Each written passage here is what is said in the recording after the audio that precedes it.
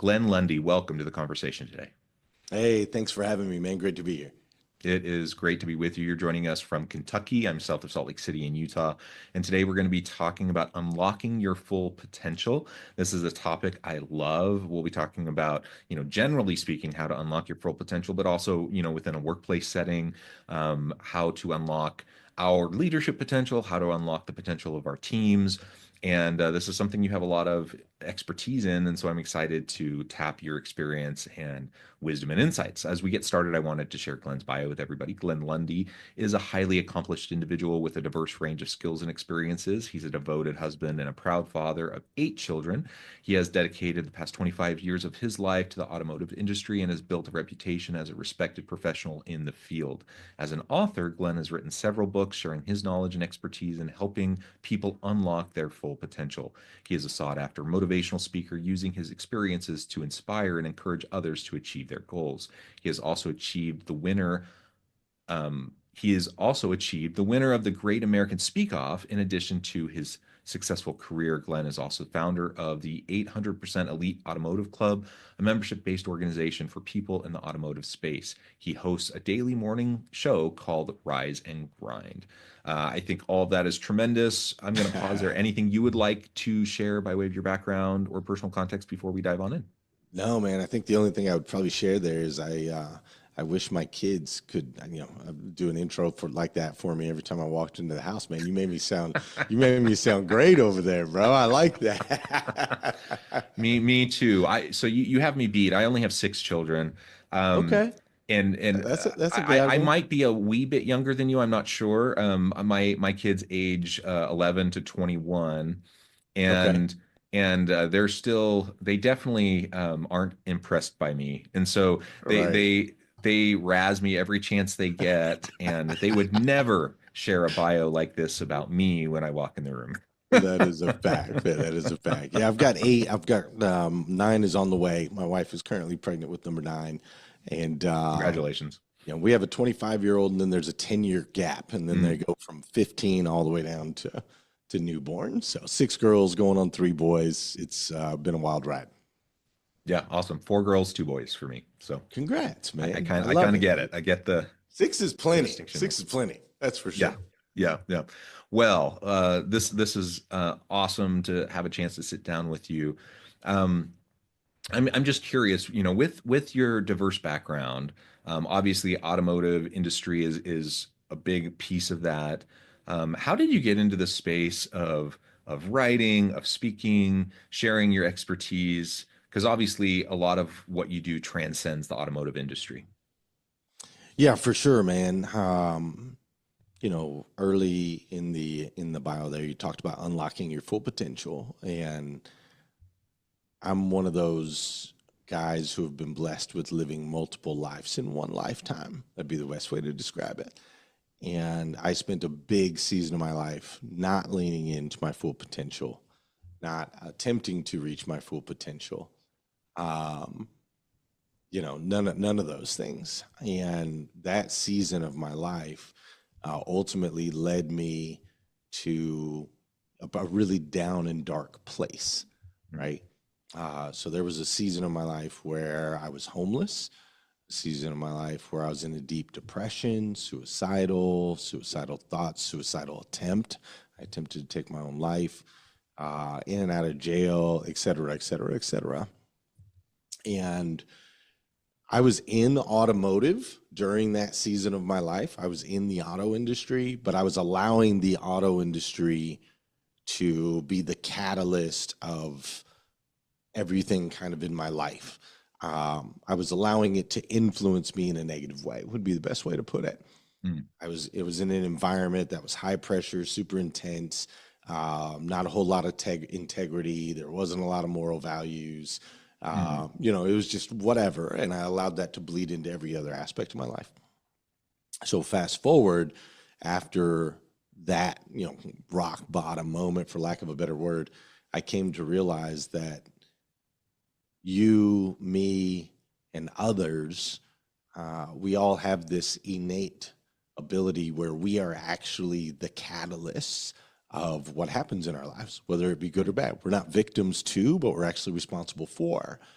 And in once I realized that, once I made that shift, it was like, oh, well, okay, if I'm responsible for and I'm the catalyst of the things in my life, can I be the catalyst of good things in my life? And in order to, for the answer to that to be yes, I've got to understand my full potential. What am I capable of, right? Yeah. And so Yeah. I went on a journey of personal development, spiritual development, and that journey led me back to the auto industry. But this time I decided instead of the industry making an impact on me, I'm going to make an impact in the industry.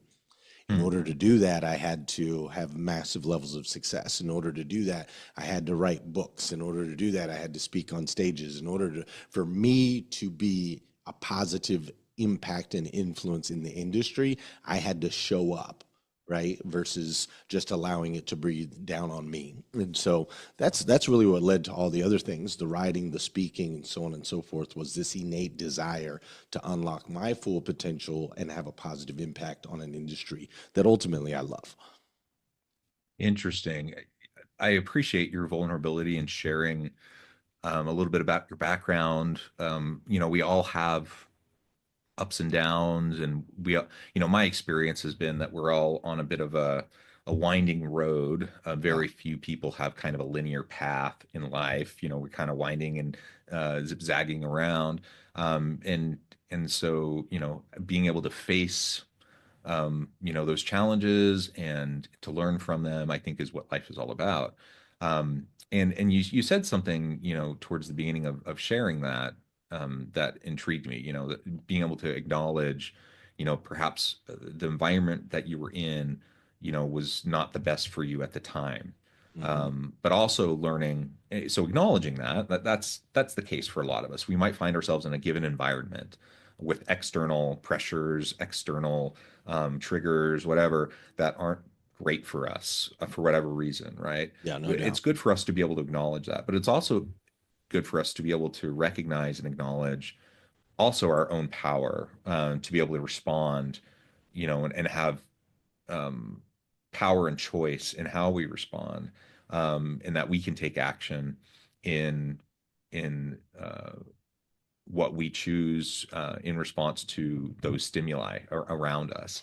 And that's something that you were able to do, to make some life changes, to make some adjustments, probably some mindset shifts, oh yeah, other for life sure, choice shifts, those sorts of things, to the point where later in life you're actually able to go back into that environment, the one that had been negative for you, and now you're able to actually have a very positive experience in that environment. So two things. One, I want to acknowledge that yes, we can be in negative environments. Sometimes it's good for us to pull ourselves out of those negative environments, because external environments and pressures can cause harm to us, for and it's sure, it's good for us to be able to know that and acknowledge that. But two, we have power, we have choice, and we can choose how we respond. But you also acknowledged, this ethical component, like just realizing, maybe, there's a lot there that wasn't good for you, that was morally compromising, ethically compromising, so you weren't being a man of integrity, perhaps the way for that sure. you wanted to be or needed to be. And now fast forward, now have a better sense of where you want to be, the values that are core to who you are. So you go back into this environment. Now you're a person with a mission, a person with a purpose, right? Tell us more about, you know, how part of fulfilling your potential and your purpose required you, to stay consistent with and align with, those values, that integrity, and how, writing your book, speaking, how that was able to help you do that even when you're in an environment that previously had been so negative for you. Yeah, for sure, man. It's interesting because I used to live my life with a very firm Darwinistic belief system, right? Like survival of the fittest, dog eat dog. If I get over on you, that's your fault, not my fault, right? And I believed with all of my heart that human beings were two part. We were mind and body. That was Mm, it. So if it looked good and it felt good, the answer was yes, right? And that's how I lived my life. And it wasn't until I saw where that path took me, that Darwinistic approach with no ethics, no morals, no thought outside of self. It wasn't until I saw the end of that, right? And it landed me in this very alone and very dark space that I decided to maybe look into and start to discover the idea that we are not two part mind and body, we are three part mind, body, spirit. Hmm. And that changes the whole equation, right? It's not just if it looks good and it feels good. Now it's if it looks good and it feels good and it is good, Hmm. then the answer is yes. So by adding that additional dynamic, it just completely transformed how I made decisions in my life. Now I Mhm. wasn't thinking just about myself, but I was also thinking about the impact that this has on others. Is that a positive thing or not? I started thinking about things like legacy. I started thinking about things like honor, integrity, right? All of these things didn't exist in that Darwinistic approach that I had on life. So making that shift really started to help unlock more of me because I had taken the spiritual aspect of self and just shoved that into a corner, right? Basically claiming that it didn't exist. And so as I started to explore that spiritual element of self and our ability to innately align and create, um, energetic synchronicity, if that's the right word, Mhm. between others and humanity. Once I started going there, then it's like, okay, well, if I'm gonna like my daily morning show, right? I started doing this daily morning show, Rise and Grind. It's all about motivation, education, inspiration. The first, I was doing it at 5:30 in the morning. The first 1,000 episodes I did live at 5:30 in the morning, and so I'd Wow. wake up for the first like month. I woke up at like 5:20 and did a show at 5:30, right? Mm. And I'm telling people, you got to get up and grind and you got to do this morning stuff and you got to write down your gratitudes. But I wasn't doing all of those things, right? Like I knew that we should, but I wasn't necessarily doing it. So then I had to start waking up at 5 and then 4:30 and then 4 and then it became 3:20 in the morning because when I was looking at myself in the mirror, I had to make sure that my actions and my words were matching Mm. because in order to be a man of integrity, my words and my actions must align, right? And so the show helped make me better just doing it every day because I had to look in the mirror. When I'm writing this book and I'm writing these strategies, the 12 proven principles to grow your business 800%. When I'm writing that book, I'm like, do I truly align with that? Am I that? I once had a pastor say, be the type of man that you would want to follow, Mm. right? And so, because we added that spiritual piece, and because I added this um, piece of integrity and honor, now I had to become more, right? I had to become more in order to align with the things that I was teaching other people to be. So, it's been a tremendous shift, man. When you really add that spiritual aspect and really seek to serve and make a positive impact in other people's lives, it's not about what you do for others that ultimately is the end game. It's what ends up happening for self, not in a selfish way. It's just what's required in order to go out there and make that positive impact is you have to be the type of person you would want to follow. Yeah, yeah, absolutely. Very well said. And I think, that's a hard thing. Like you said, sometimes it starts aspirationally. You started your show, which let me just say, I mean, anyone starting a show at 5:30 in the morning in and of itself is super impressive. So, the fact that Thanks. you did that and did that consistently and rolled out of bed at 5:20 and did a show at 5:30, that's to me super darn impressive anyways. But you started to feel like, okay, this isn't quite what it should be or needs to be. And so over time, you made adjustments and that's even more impressive. And and I think I guess my point is, we can grow into our intentions. Right. We can grow into our aspirations, For and sure. and let's not hold ourselves back because we're not going to be perfect from day one. Hmm. I mean, to be honest, I mean, starting with a 5:30 show is so great, anyways. But maybe if you're wanting to get out there and like exercise, maybe getting up and exercising at 5:30 in the morning is not realistic for you, right? But do something that is doable, but having that those aspirational intentions are good. So start with something aspirational and then work towards, like, gain some confidence and Totally. start to work and chip away and work towards something, because there is deeper reservoirs of potential within you, and sometimes we just don't have enough confidence to dig deeper, right? And there's a lot happening in our lives. We're all busy. We all have our baggage. We all have like stuff pulling at us. I mean, you were talking earlier, 8 kids, ninth on the way. My goodness, that means you have a lot pulling on you. I only have 6 kids and I have a lot pulling on me. For I get sure. it. And we all have stuff though. That's the thing, is we all have stuff. And so just, setting those aspirational goals is important.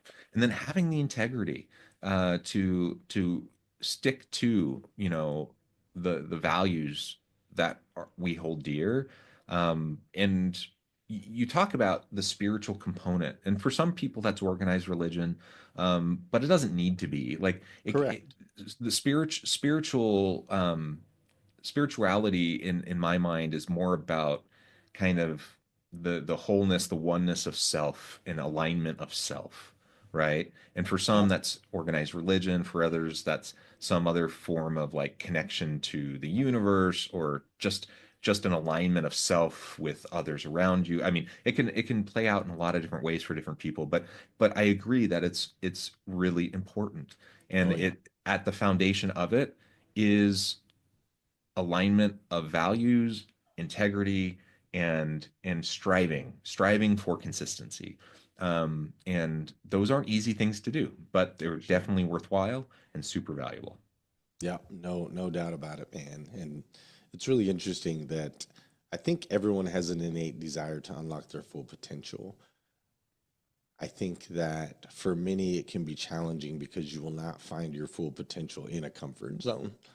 Like it just doesn't exist in comfort. That's your Yeah. full potential by definition is out on the boundaries. It's a stretch. It's beyond where you're currently at, right? So waiting for perfection or waiting till you're comfortable or waiting till you're confident, to chase the vision, chase the dream, to seek out that aspiration or that desire that you have is ultimately it's a flawed equation. It simply doesn't work. You have to lean into the uncomfortable, to the boundaries of who and where you currently are in order to be able to stretch and create that something new, right? Your full potential is on the other side of current potential. Mhm. Right? And who you are today can only get you to where you are today. If there's somewhere you want to go in the future, you have to become someone new. Well, no matter what that looks like. If you want to be a parent in the future, you got to become something new, like physically, right? Things have to happen in order for that experience. Like you mentioned, fitness, whether it be your faith or your family or your finances. If you want your bank account to look different, you have to become different, and that's all right out there on the edge. Luckily, I've learned that in the last, and I'm still doing that every single day today. But luckily, this season of my life, the last 15, 16 years, I was able to learn that particular lesson, and I'm not afraid to start anything, man. I'll start it all, right? And I might Yeah. fail or fall or flop or whatever, but there's always going to be some sort of lesson or extension of self. And that's the power of us being spiritual beings. We're not limited to just mind and body. There is another element, there's another aspect. And we were designed as creators with the ability to create. So just keep leaning in on it, man. Just keep leaning in on it. I love it. I love it. Glenn, this has just been a real pleasure. I know at the time and I need to let you run, but before we wrap things up, I wanted to give you a chance to share with the audience how they can connect with you, find out more about your work, and then give us the final word for today. Yeah, man. As far as connecting with me, just look up Glenn Lundy or you can go to glennlundy.com. Luckily for me, it seems I'm the only Glenn Lundy in the world that cares about a brand on social media or anything like that. So you can find me with one N or two N's. You'll have no problem finding me. We have literally thousands and thousands of videos that are out there that are free to consume. I've got ebooks that you can download, et cetera, et cetera, et cetera. So just look up Glenn Lundy and I would love to connect. As far as, final words, I really just want to say, Jonathan, I appreciate your grace and understanding in creating this space and time for me. When I was homeless, man, people think that homelessness sucks because you don't have money, you don't have a roof over your head, or whatever. And yes, those things are, things that we tend to take for granted when we're not in that state. But the real worst part of homelessness is that you become invisible. No one will make eye contact with you, right? Which I don't blame them. People think you're gonna mug them or ask them for money or make them feel uncomfortable, or whatever. I get it, but as a homeless person, people will always look above you, below you, to the left of you, to the right of you, but no one ever looks at you, and no one ever says your name. I would not wish, people sometimes say, I wish I had this superhero power of being invisible. I would never wish being invisible on anyone, man. It is the absolute worst space that you can possibly be in as a spiritual being. And so I don't take this for granted. I appreciate you seeing me, Jonathan. I appreciate you allowing my voice to be heard. I appreciate you creating this space for me and sharing me with your audience. It means the world to me. Thank you, Glenn. I really appreciate it. Yeah. I hope the audience will reach out, get connected, check out all the great resources Glenn, has created and provided. And as always, I hope everyone can stay healthy and safe, that you can find meaning and purpose at work each and every day. And I hope you all have a great